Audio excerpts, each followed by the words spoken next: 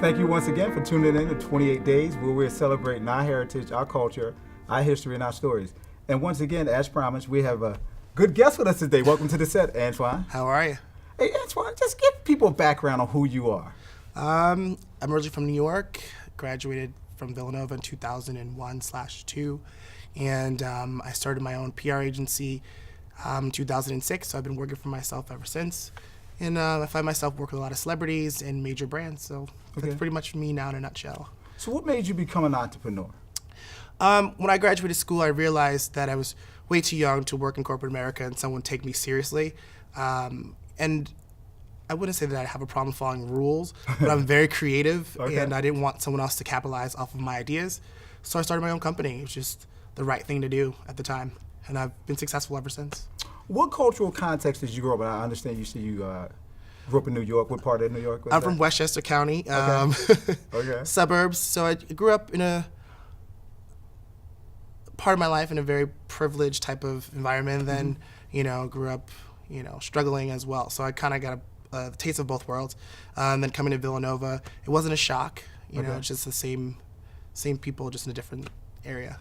What was one of the things that surprised you coming from New York and coming to this university campus? I would say that a lot of the attitudes of the students was different than I thought. Being a person of color, I did get a lot of "you must be an athlete," and that's why you're here on scholarship. And I did find myself surrounded by a smaller group of Black people that I wouldn't necessarily have grown up with, and but I found my way. Found your way? Found my way. So did that affect you in any way that people assume you as an athlete? Did you feel like you had to carry this? How did you handle it? Did you feel like you had to carry this, I'm not an athlete kind of situation? I'm a student first? Even though you're athletic, but you wasn't an athlete. I'm a student first because if you don't have a great GPA, they kick you out of school. Yeah, okay. So that's number one. And my mom, instilled education is more important than athletics. And so for me, it was more of finding myself in college versus being an athlete or a student athlete. Is finding who I was as an individual. But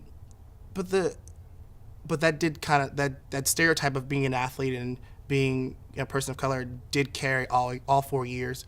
I would say that my senior year was probably the easiest year because I really had allowed myself to become who I am right now. So, I went through a lot of transitions in this school in terms of identity. Identity. And what part? Help me unpack that, because you got a lot of moxie. You want to be an entrepreneur. And now, as I understand, you're working with celebrities. Right. So it takes a lot of moxie, and then you say the identity piece. Can you? Sure, no problem. When I was a junior, I came out to my parents. Okay. And, for me, that was probably the hardest obstacle because it just held me back in every other arena, whether it's sports, whether it's my relationships, whether it was just life in general. Okay. Senior year when I came back to school, after going through that whole weight off your shoulder process, I started to just become Antoine, and it didn't affect me what people were saying about me or what I was doing. I was still an All-American. I was still Big East champion. I was still record holder in the hurdles. Even to this day, no one has taken down my hurdle record. So you was athletic? Yes. Don't be racist and say because I'm Black, no, I'm joking.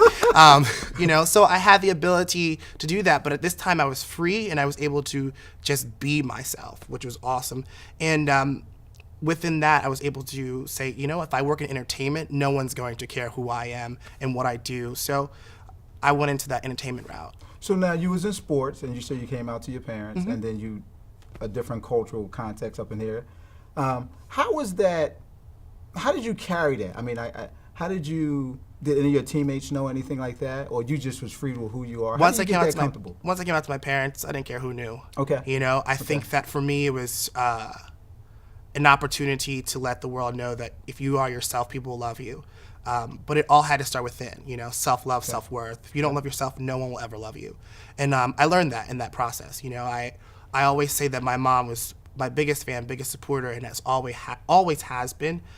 She said to me when I told her, how can I love God who I have not seen and not love you, and you're my child? Okay. And that changed me forever. So with that, anything and everything was just like a piece of cake. As we wrap up, what are some of the ways that people can get in contact with you? You're a very busy man. Yeah, you can find me on social media at House of Talent PA on Twitter and Instagram. My website is houseoftalentpa.com. And, that's pretty much it. You can watch me on Wednesday nights on Mobwise on VH1. And starting this Friday, I will be filming a new TV talk show with Mama Jones. So I'm going to be on the big television once again. Hey, look, we really appreciate Antoine Johnson coming into the studio with us today. And as promised, we once again brought a very intriguing conversation. So we ask you to tune in tomorrow where we're going to bring more people that have stories that we're going to unpack on this show. Thank you once again for looking at 28 Days where we're celebrating our heritage, our culture, our history, and our stories. Welcome and tune again tomorrow.